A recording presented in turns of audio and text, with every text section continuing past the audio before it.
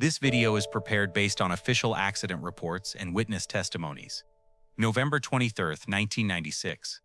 Ethiopian Airlines Flight 961 departs Addis Ababa for a routine multi-stop journey to Nairobi, Brazzaville, Lagos, and Abidjan. The Boeing 767-200ER carries 175 souls into what becomes the deadliest hijacking before September 11th. Captain Loel Abate, a veteran pilot with 11,500 flight hours, commands the aircraft alongside First Officer Jonas Makuria. Their experience includes previous hijacking encounters, events that prepare them for unimaginable challenges ahead. 45 minutes into the flight, 3 intoxicated Ethiopian men storm the cockpit demanding passage to Australia. Armed with bottles they claim are bombs and wielding the aircraft's fire axe, they beat the first officer and take control. What follows becomes a deadly test of aviation skill versus terrorist ignorance. The hijackers refuse to understand fuel limitations, believing airline magazines over experienced pilots. Their Dunning-Kruger effect, ignorance of their ignorance, dooms everyone aboard. This is the story of how terrorist demands for an impossible journey lead to desperate improvisation over the Indian Ocean.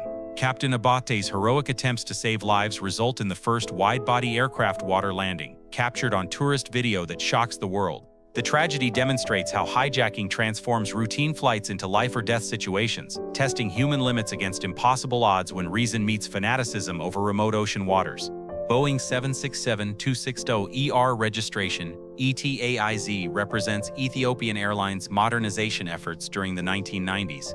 Delivered new in 1987, this 9-year-old aircraft serves the airline's expanding international route network with only a brief lease period to Air Tanzania. Twin Pratt & Whitney JT9D7R4E engines power the wide-body aircraft across African skies with reliable performance. The 767's advanced systems and fuel efficiency make it ideal for Ethiopia's medium-haul international services connecting African capitals. Captain Lou Labat brings remarkable experience to Flight 961, including survival of 2 previous hijackings. In 1992, he negotiated with hand grenade-wielding hijackers on a Boeing 727, ending the crisis without casualties. In 1995, he again faced 5 hijackers demanding passage to Libya and Sweden. These experiences shape Abat's calm approach to crisis management and negotiation with unstable individuals. His ability to maintain composure under extreme pressure proves invaluable when facing life-threatening situations. First Officer Jonas Makuria contributes 6,500 flight hours with extensive Boeing 757-7067 experience. His competence and courage become crucial when hijackers turn violent and threaten crew safety. The cabin crew prepares for routine service across multiple African destinations. Their professional training emphasizes passenger safety and emergency procedures, though nothing prepares them for extended hijacking over vast ocean distances. Flight 961's passenger manifest includes diverse travelers, Ethiopian businessmen, international diplomats, tourists, and families. Among them sits U.S. Ambassador Frank Huddle, whose survival will later assist in diplomatic coordination of rescue efforts.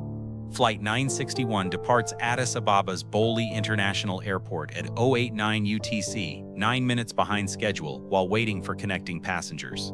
The Boeing 767 climbs normally to cruising altitude FL 390 for the 2-hour flight to Nairobi. Standard fuel loading provides adequate reserves for the scheduled Addis-Nairobi sector with required alternates and holding fuel. The aircraft carries sufficient fuel for this leg, but nowhere near the amount required for intercontinental flights to Australia.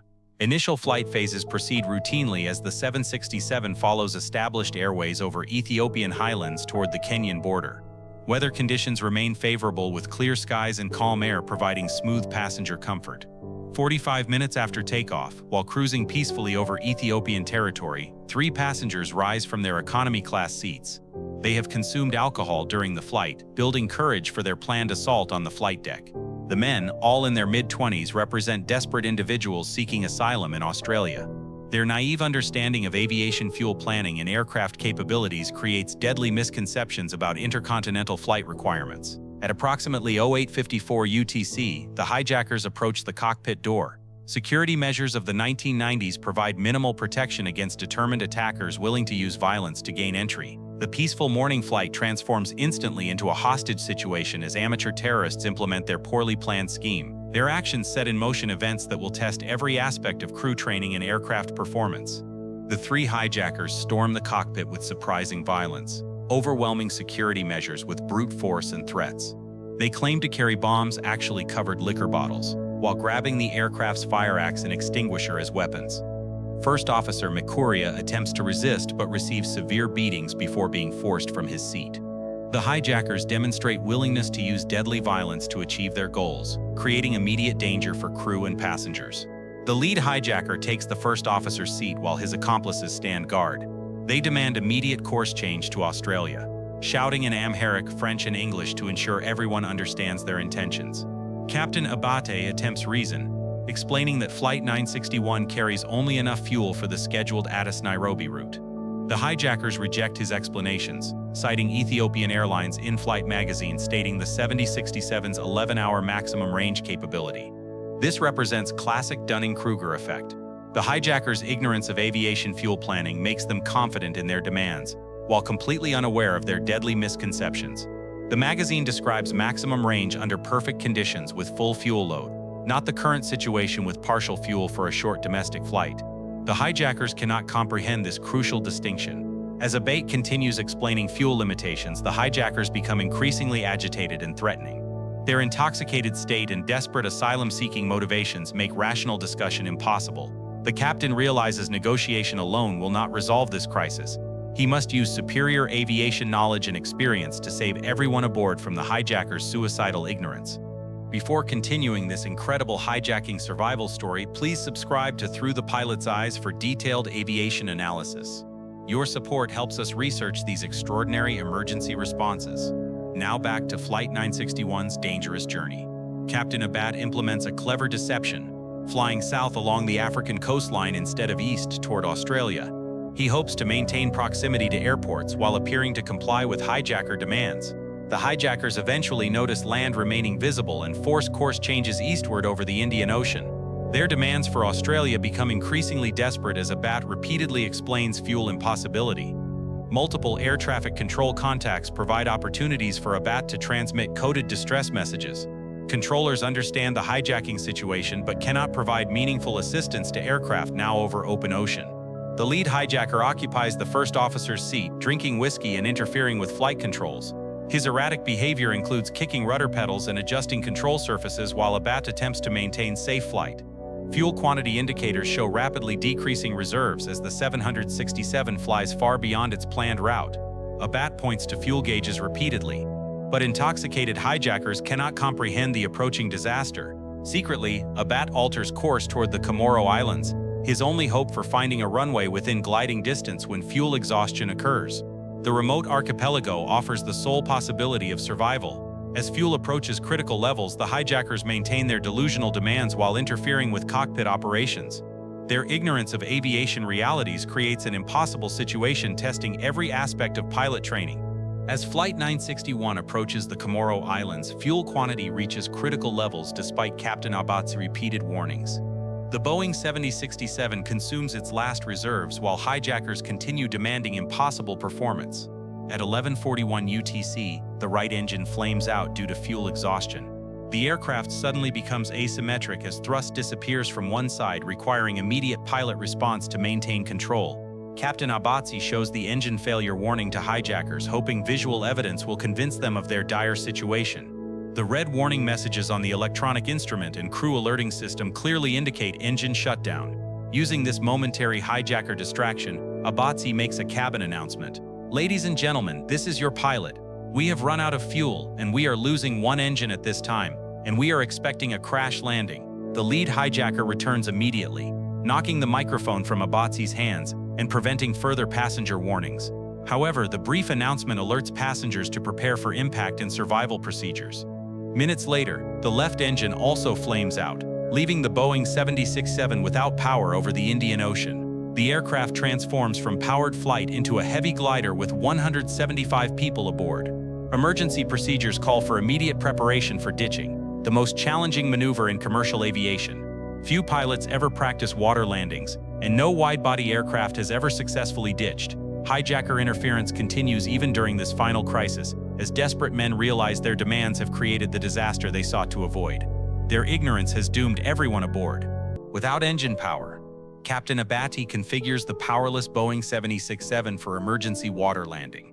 The hijackers continue interfering with controls even as disaster becomes inevitable through their own actions.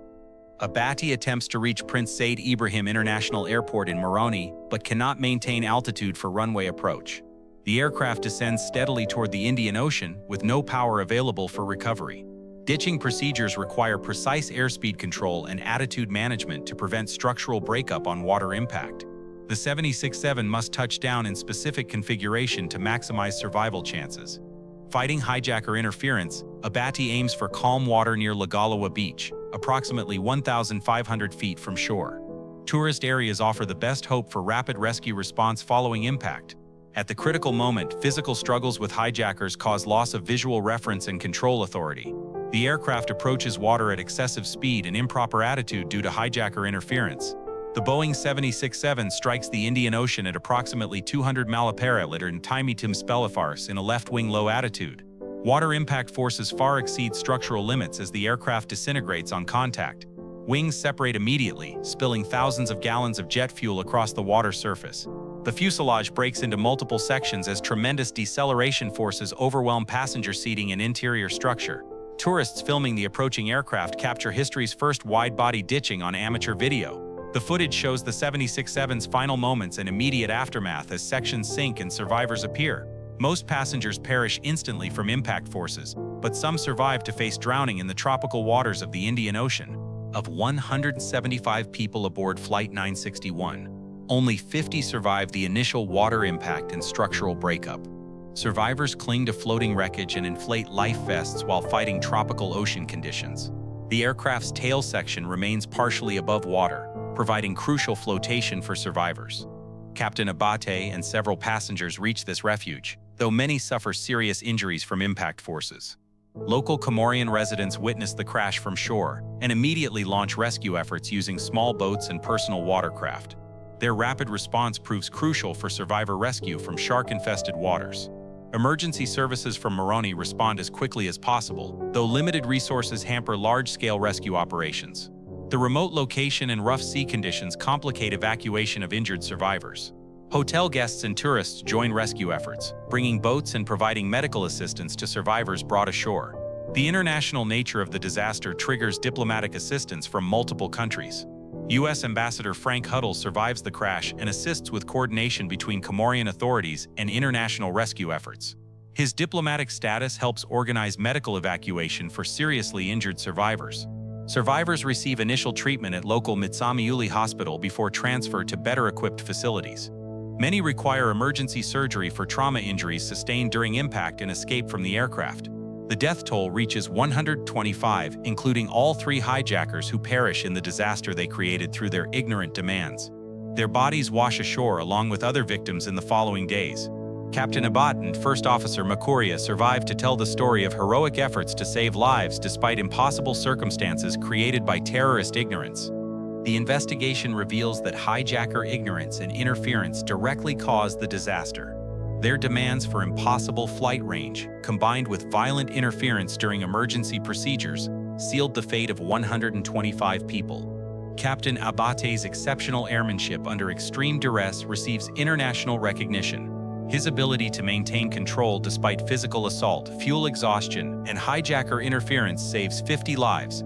First Officer Makiria's courage in initially resisting the hijackers and later assisting during the emergency earns praise from aviation authorities. Despite severe injuries, he continues performing critical duties.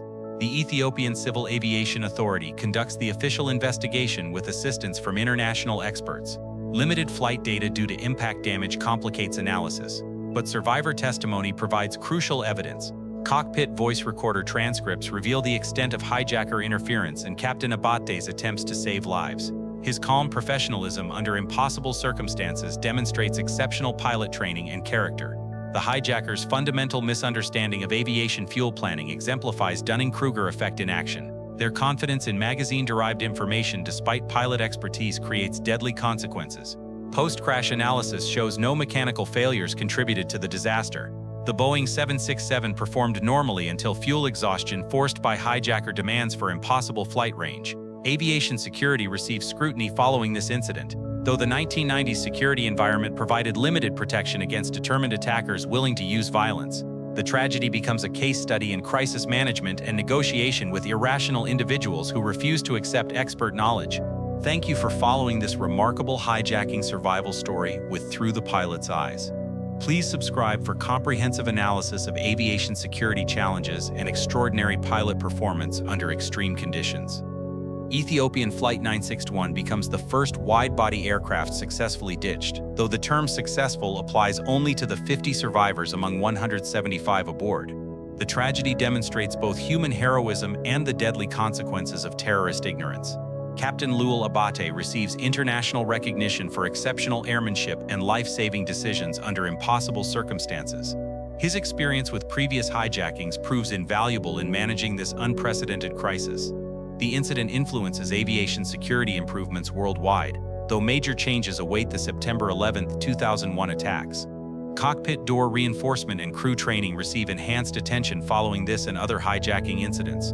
Amateur video footage of the ditching provides unique documentation of wide-body aircraft water landing, contributing to emergency procedure research and training programs. The footage becomes historic aviation documentation. Ethiopian Airlines honors crew members and continues operating with enhanced security measures. The airline's reputation recovers through improved safety protocols and recognition of crew heroism during the crisis. The 125 victims represent tragedy caused by terrorist ignorance overriding aviation expertise. Their deaths demonstrate how individual delusions can destroy multiple lives when combined with violence and access to aircraft. Modern aviation security incorporates lessons from Flight 961 and subsequent attacks. However, the fundamental challenge remains: protecting innocent travelers from individuals willing to die for misguided causes. Captain Abate's legacy endures as an example of professional excellence under extreme pressure, proving that skilled pilots can save lives even when facing impossible circumstances created by human ignorance and evil.